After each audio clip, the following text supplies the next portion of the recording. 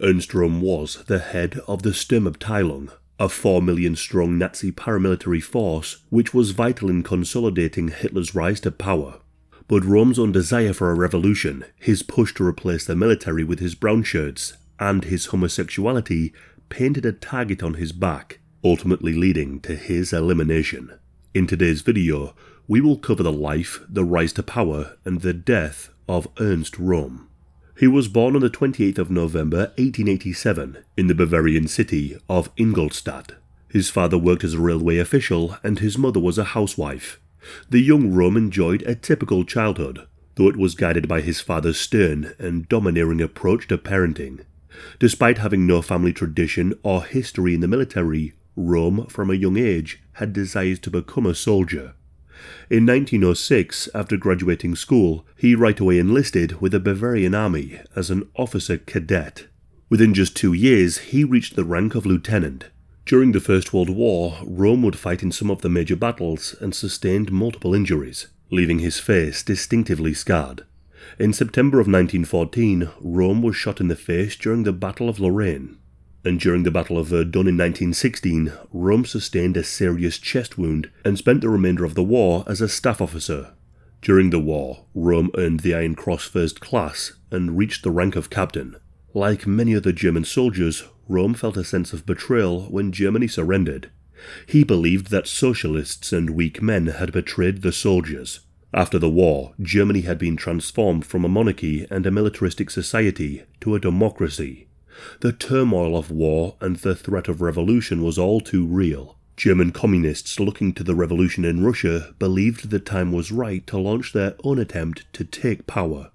For Rohm, he remained with the German military, but would also join one of the many Freikorps militias. These were bands of former soldiers who took up arms against communists and socialist revolutionaries, eager to reshape the country in the chaos. Röhm would join the infamous Freikorps, led by General Franz Ritter von Epp, serving as Chief of Staff. He played a major role in the defeat of the Munich Soviet Republic, an attempt to create a socialist state in Bavaria. Violent fighting between the Freikorps and the Communists saw hundreds killed, with many more rounded up, tortured, and executed. Röhm relished this carnage. During the war, he paid little heed to danger, and like many former soldiers, he rejected the civilian life. He embraced the fight, believing more needed to be done. In May of 1919, Röhm joined the German Workers' Party, which the following year would rename itself the National Socialist German Workers' Party, of course otherwise known as the Nazi Party. Adolf Hitler was immediately drawn to Röhm and recognized what he could bring to the party. Röhm's connection to both the military elite and the Freikorps would mean funding and more members. But Röhm and Hitler were also close friends. He even referred to Hitler as Adolf, or even Addy. During Hitler's early speeches in the beer halls, hecklers would be thrown out by the Freikorps members who were drawn to the party. This group of former soldiers and beer hall brawlers would form into the Sturmabteilung, otherwise known as the brownshirts. In addition to providing security, this group would also be used to disrupt socialist meetings and attack members of other political parties. With Röhm's help, the group became ever more militarized. Using his connections, Röhm helped oversee the amalgamation of other right-wing military groups with the brownshirts. Röhm stockpiled illegal and stolen weapons, executing those who divulged the locations of his secret weapon caches. In September of 1923, Röhm left the German military to focus on his work in the Nazi Party. In November of 1923, he played a major role in the Beer Hall Putsch. Hitler, who was at this point the Nazi Party leader, attempted to begin an armed revolution to topple the Weimar government of Germany and seize power for themselves. The Nazi Party sought to launch its own march on Rome, emulating how Mussolini's fascists in Italy took power. On the 8th of November 1923, Hitler, with hundreds of armed brownshirts, burst into a meeting at a beer hall. There, they seized leading members of the Bavarian government and attempted to force them to support the coup. Hitler had these men to support his proclamation of a national revolution and called upon them to follow him in the march to Berlin. However, as soon as these men were free, they disavowed the Nazis and set about to stop the coup. The following day, Hitler and thousands of brownshirts marched through Munich, though they were stopped by an armed police cordon. After a brief gunfight, which left 14 Nazis and 4 policemen dead, the march was abandoned. While the march was abandoned in failure, Röhm succeeded in his objective that day. He seized the headquarters of the army at the War Ministry in Munich, but upon learning of the failure of the putsch, Röhm surrendered. Hitler, Röhm, and other leading Nazis were arrested and convicted of treason, though many didn't serve long sentences. Röhm himself was convicted but was not given a prison sentence, as the courts looked favourably on what the Nazis were looking to achieve. The failure of this armed revolution pushed the Nazis to try obtaining power through strictly legal means. In 1924, Röhm would briefly become an elected representative in the German Reichstag parliament, as the party sought to legitimize itself. But by the end of the year, with less support for the Nazis, Röhm failed to be elected in the next set of elections. Instead, Röhm attempted to build a new paramilitary group, the Front. This was because his brownshirt organization had been banned. By 1925, the group numbered some 30,000. By that year, the brownshirts were no longer a prohibited group. Röhm tried to merge the two organizations, but he was stopped by Hitler. During this time, Röhm's homosexuality became known. Homosexuality was illegal in Germany even before the rise of the Nazis, as it was for much of the world. For Röhm, his sexuality was but a part of his militaristic worldview. He saw the need for all male groups to counteract the bourgeoisie, Jewish or feminine influences that he believed led to Germany's defeat in the First World War. Hitler either ignored Röhm's sexuality or said that it didn't matter, depending on who he was talking to, such as the incredibly homophobic Joseph Goebbels. In April of 1925, Röhm clashed with Hitler. Röhm was concerned about what he called the flatterers around Hitler, playing on his need for compliments and acting as yes-men. Röhm did not wish for such people to dictate the direction of the party and sought to rebuild his friendship with Hitler. However, Hitler ignored his warnings.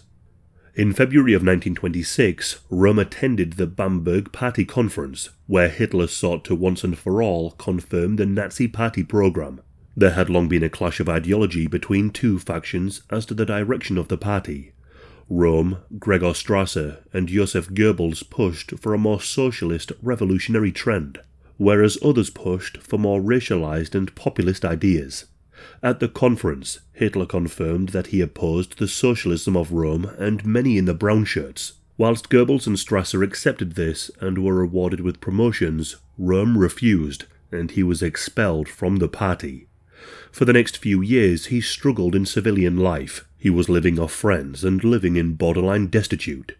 In 1928, after a failed attempt to rejoin the Nazi Party, Röhm left Germany and moved to Bolivia.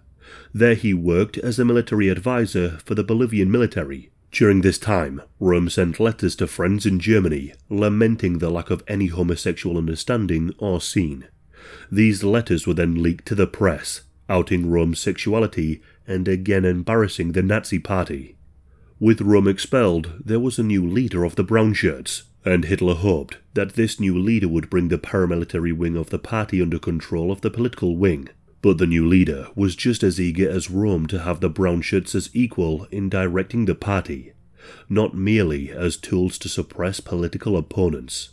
Despite the many conflicts, and likely due to Röhm's devotion to Hitler, Röhm was invited back into the party, this time to lead the brownshirts. He sought to transform the brownshirts from a band of street brawlers who fought communists to a replacement for the German military. Not satisfied with taking power through more legitimate means, Röhm wanted the revolution to continue. This revolution would have been anti-capitalist, aiming to dismantle monopolies and nationalize land and industry. In the cases of striking workers, the brownshirts would even attack those seeking to break the strike, something typically done by socialists and communists. Upon his return, the brownshirts numbered around 70,000. In only a few years, Röhm had overseen the growth of the group to over 3 million by 1933. The economic turmoil of the Great Depression led many unemployed men to join the brownshirts. To put this into perspective, the German military numbered less than 100,000. When Hitler became Chancellor in 1933, Röhm made a speech where he called for the National Socialist Revolution to continue. The speech then gave a warning to who Röhm called the bourgeois simpletons who sought to stop them.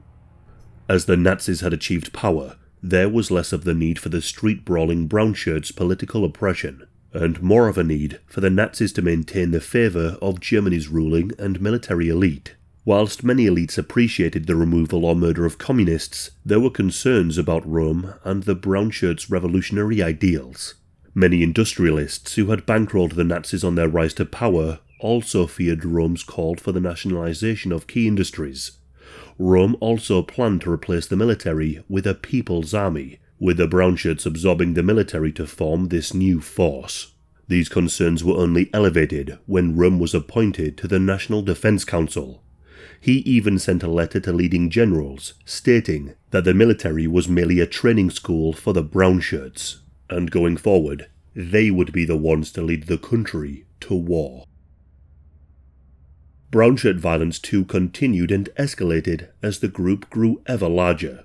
This can be seen in the event known as the Köpenick Blood Week in June of 1933. There was a confrontation between Social Democrats and Communists and the Brownshirts. This led to the shooting dead of 3 Brownshirts. In response, the Brownshirts arrested and tortured more than 500 people, with dozens killed. Kidnappings saw young girls abused in front of their mothers, public hangings, and extreme torture. This outburst of violence showed the Nazis that they could torture and murder their opponents without any resistance from police, the courts, and society in general. All the while, Röhm built up his power base within the Sturmabteilung. He appointed like-minded men to positions of power, many of whom too were homosexuals. Such young men favoured by Röhm would become his sexual partners, often able to quickly climb the ranks. One notable example was Karl Ernst, who Röhm appointed as head of the Berlin Sturmabteilung, then deputy in the Reichstag, and a position on the supreme leadership of the Sturmabteilung. Despite the apparent control Hitler had over Germany, he was becoming increasingly concerned about the independence and power of Röhm and the Brownshirts. He was particularly concerned with a possible merger of the armed forces and the Brownshirts. Röhm's homosexual reputation, along with the widespread violence of the Brownshirts, alienated many people who Hitler needed to consolidate power. This included the conservative middle class, the military, industrial leaders, and the civil service. Other leading Nazis also became concerned, notably Hermann Göring and the head of the SS Heinrich Himmler, and so they began to produce a report into Röhm's activities. Rudolf Diels, head of the Gestapo secret police, presented his report to Hitler in January of 1934. The report contained fabricated evidence that Röhm had been conspiring with Gregor Strasser and members of the previous government against the Nazis. It was also suggested that Röhm had been paid 12 million marks by the French government to overthrow Hitler. Hitler was incensed and indicated that these traitors must be eliminated. Whether or not Röhm planned to overthrow Hitler to continue the revolution is not exactly clear, though there are plenty of examples of Röhm stating that he was at least prepared to do so. In January of 1934, Röhm said the following to a fellow brownshirt leader: "Hitler can't walk over me as he might have done a year ago. I've seen to that.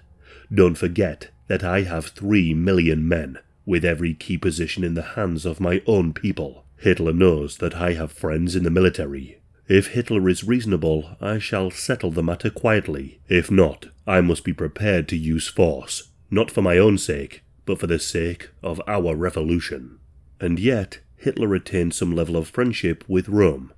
In June of 1934, the two met and had a private 5-hour meeting. Hitler reportedly told Röhm that he had heard rumours of his planning to lead a nationalist Bolshevik revolution, and that some in the party believed these rumours. Röhm took this to mean that Hitler did not believe these rumours, and that his old friend would back him. But in reality, Hitler had decided to act against Röhm, the socialist elements in the party, and anyone else who could pose a threat. In addition, by neutering the power of Röhm and his brownshirts, Hitler would be able to demonstrate his commitment to the military and the elites, support from whom he considered to be vital for the future of the Nazi Party. The next step was to draw up a list of those who would oppose the Nazis. This included journalists, liberal politicians, and socialist-leaning Nazi members like Gregor Strasser. But much of the list was taken up by Röhm and his leading members of the Sturmabteilung. The list of those to be executed was produced by Göring and Himmler. They were also aided by Himmler's right-hand men, Reinhard Heydrich and Theodor Eicke. This list would become known as the Reich List of Unwanted Persons. Towards the end of June 1934, Hitler instructed Röhm to hold a conference of leading members of the brownshirts. The meeting was to be held in the Hanselbauer Hotel in Bad Wiessee. The meeting would serve multiple purposes. It would ensure that the paramilitary leaders would be separated from the bulk of their membership. It also ensured that all of the threats would be in one easily contained location, and it would put Röhm at ease. At around 6:30 in the morning of the 30th of June, the purge of the Nazi Party and political opponents began in what was termed Operation Hummingbird. Hitler arrived at the hotel in a convoy of cars, each filled with armed SS men. Röhm and his fellow brownshirts were fast asleep. The men split up and barged into the rooms of the brownshirt leadership as they slept. They were arrested and dragged into the hotel's laundry room until they were all detained. Some of the brownshirt leadership were even found in bed with young men.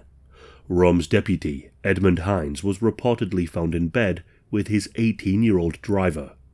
Those found in such compromising positions were dragged to the hotel laundry room and executed immediately. As for Röhm, Hitler personally entered his room armed with a whip. He told him that he was under arrest, as two armed men behind Hitler detained the brownshirt leader. Similar raids were carried out all over Germany, eliminating and arresting those on the list. On the 29th of June, the day before, Karl Ernst married and was due to attend his honeymoon with his wife. His boss and sexual partner, Ernst Rohm, acted as his best man. The honeymoon meant that he would not be able to attend the conference, but this wouldn't spare him from the purge. On the 30th of June, his car was intercepted by SS men who fired into the car, injuring Karl's wife and the driver. Karl was dragged away to the SS headquarters in Berlin. He was tortured for information before being executed by firing squad that very same day. As for Röhm, he was initially spared execution. Hitler had considered pardoning him on account of their friendship and for Röhm's contributions in growing the party. Hitler delayed making a decision as to Röhm's fate until the 1st of July, and, only after much convincing, Himmler and Göring convinced Hitler that Röhm must die. SS executioner Theodor Eicke was selected to carry out the task and transported Röhm to the Stadelheim prison. Locked alone in a cell, Röhm was given a choice. Eicke entered and placed a pistol loaded with a single bullet on the table, along with a newspaper detailing Röhm's attempted coup.